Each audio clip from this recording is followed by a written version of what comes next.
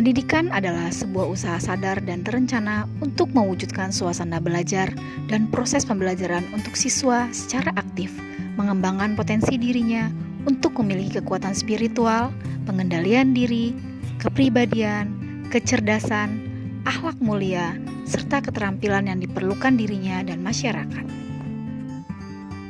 Kemajuan dunia pendidikan saat ini tidak dapat terlepas dari peran tokoh sebagai aktor utama. Tokoh yang memiliki sumbangsih besar untuk kemajuan pendidikan di Indonesia, Bapak Pendidikan Nasional yaitu Ki Hajar Dewantara. Beliau menyampaikan bahwa pendidikan merupakan tempat persemayaman benih-benih dan kebudayaan.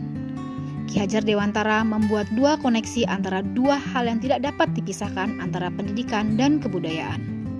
Sehingga, untuk mencapai kebudayaan yang kita mimpikan, menciptakan manusia Indonesia yang beradab, manusia yang mampu menggali potensi, kreativitas, inovatif, dan berkarakter, maka pendidikan menjadi salah satu kunci utama untuk mencapainya. Pendidikan haruslah terus dapat membawa perubahan sesuai dengan tuntutan zaman. Pendidikan sebagai tuntunan di dalam hidup tumbuhnya anak-anak. Artinya, pendidikan menuntun segala kekuatan kodrat yang ada pada anak-anak itu sendiri, agar mereka sebagai manusia dan sebagai masyarakat dapatlah mencapai keselamatan dan kebahagiaan yang setinggi-tingginya, baik moral maupun spiritual.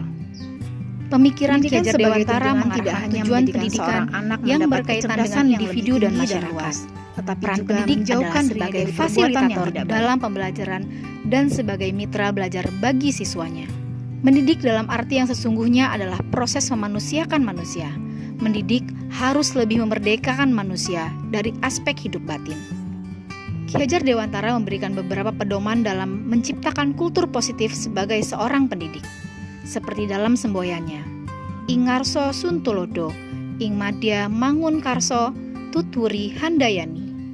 Ketika di depan, seorang guru harus dapat memberi teladan atau contoh yang baik pada siswanya.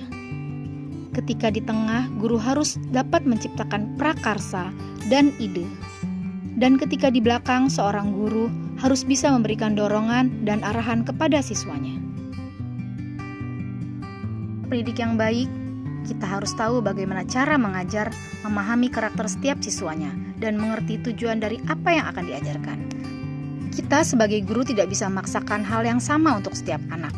Kita tidak boleh membanding-bandingkan antar siswa yang satu dan siswa yang lain, karena setiap anak adalah unik. Setiap anak dilahirkan dengan bakat dan kelebihannya masing-masing. Mereka hadir dengan karakteristik yang berbeda. Guru sebagai pemimpin dalam proses pembelajaran dituntut agar dapat merangkul perbedaan karakteristik tersebut dan mengembangkan potensi yang dimiliki oleh setiap siswa.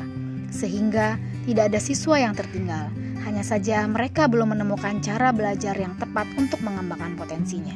Oleh karena itu, peran guru sebagai fasilitator yang dapat menstimulus setiap potensi yang dimiliki anak sehingga mereka dapat mencapai versi terbaiknya. Guru bergerak, Indonesia maju.